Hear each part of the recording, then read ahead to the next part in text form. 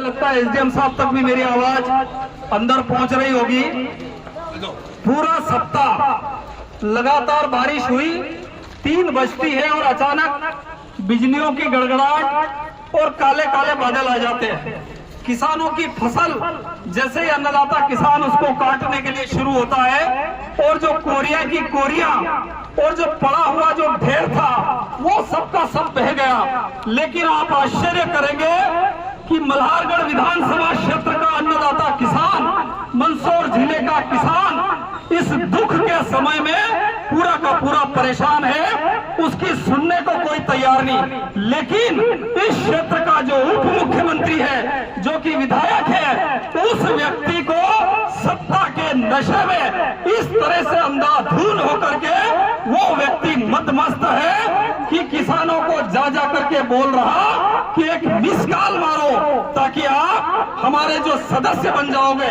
लेकिन उस अन्नदाता किसान का आंसू पोंछने के लिए तैयार नहीं है। इससे पहले 2019 में जब हमारे क्षेत्र में बाढ़ आई थी, तब हमारे क्षेत्र में जो किसानों को मुआवजा मिला था, यही तहसील, इसी तहसील में लाखों करोड़ों रुपये का 3.5 से 4 करोड़ रुपये का मुआवजा यहाँ के अधिकारी डकार गए थे। जब जांच हुई तो जांच में वो मुआवजा फिर से उनके हलक से बाहर निकाला और जब बाहर आया तो वो पैसा किसानों को मिलना था, वो कलेक्टर ऑफिस में जाकर के जमा हो गया।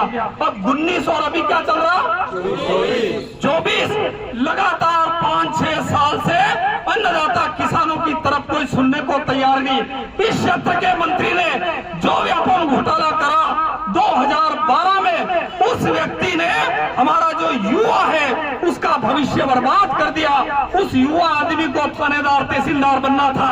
आप आश्चर्य करेंगे, पूरे देश में बेटी बचाओ का ढिंढोरा पीटने वाले मंत्री, बेटी बचाओ की बात करने वाले लोग, उन्होंने जो महिला आरक्षण का जो पद था उस पे पुरुष आरक्षण भर्ती कर दिया। सुप्रीम कोर्ट के संज्ञान में आया। मैं धन्यवाद करना चाहता हूं रतलाम के उन विधायक का जो कि पूर्व विधायक है पारस सकलेचा, उन्होंने इस मामले को ले जाकर के सुप्रीम कोर्ट तक लड़ाई लड़ी और सुप्रीम कोर्ट ने 45 आरक्षकों की जो गलत तरीके से उन पे भर्ती कर दी थी, उन लोगों को बाहर निकाला और जितनी तनख्वाह उन लोगों ने ली वो वापस से लेने के लिए उन्होंने उस समय वापस जो आदेश दिया, मध्य प्रदेश की सरकार ने तत्काल उन आरक्षकों को वहां से हटा दिया।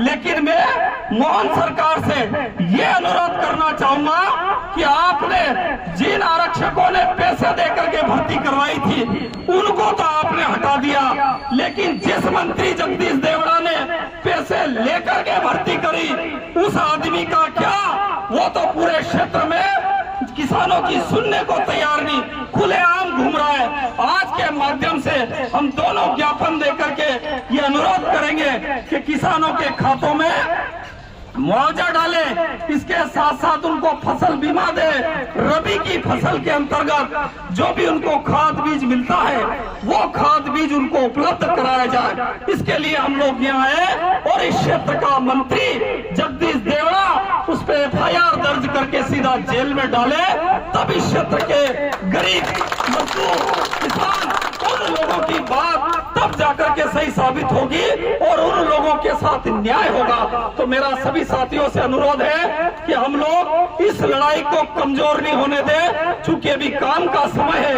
ये एक टाइटल है और हम माननीय तहसीलदार साहब से अनुरोध करेंगे कि इस टाइटल में हम आप लोगों से यही अनुरोध कर रहे हैं कि तत्काल हमारी बात आप मोहन सरकार तक पहुंचाए और किसानों के खातों में अभी तत्काल उनको राहत प्रदान की जाए।